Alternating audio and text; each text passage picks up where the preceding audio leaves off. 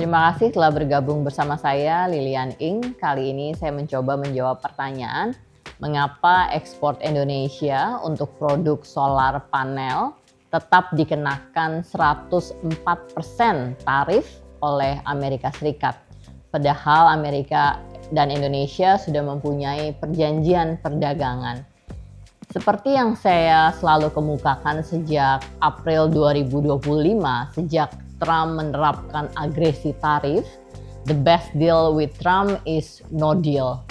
Banyak sekali ekonom-ekonom dunia, mulai dari pemegang Nobel Prize, Joseph Stiglitz, Paul Krugman, top ekonomis seperti Daniel Rodrik, Jeffrey Sachs, dan banyak lagi, sudah sangat menentang agresi tarif Trump ini karena dianggap sangat merugikan perekonomian Amerika Serikat dan tentu saja akan menurunkan perekonomian ekonomi global. Dan saya selalu menegaskan the best deal with Trump is no deal. Mengapa Indonesia tetap dikenakan tarif rate sebesar 104% untuk produk surya panel ke Amerika Serikat? Karena Trump sudah mengeluarkan Executive Order 14257, di mana dalam Executive Order ini beberapa produk, diantaranya satu produk tekstil dan garment itu masih dikenakan 25%. Semiconductor, aluminium, pharmaceuticals, chemicals products masih dikenakan up to 25%. Produk-produk lain yang dianggap strategik itu masih bisa dikenakan hingga 25%, bahkan hingga tarif yang akan ditentukan oleh Presiden Amerika Serikat.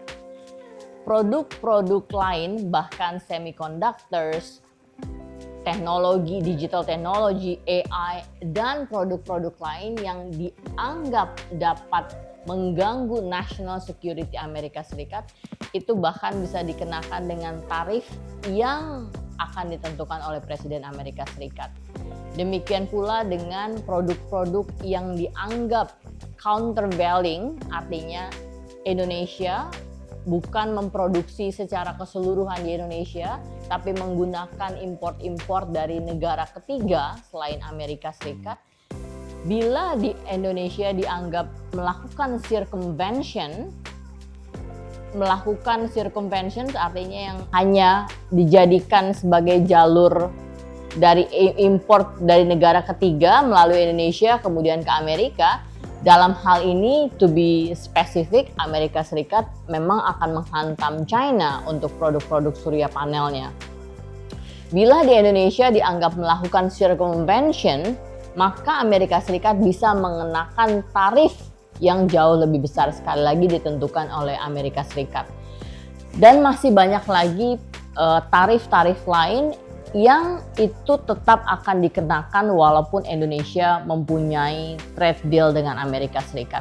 Jadi sekali lagi argumen bahwa Indonesia dikenakan hanya 19% untuk tarif Indonesia adalah tidak tepat dan tidak mewakili atau tidak menjamin Indonesia akan dibebaskan dari Executive Order 14257 untuk produk-produk yang telah saya sebutkan tadi.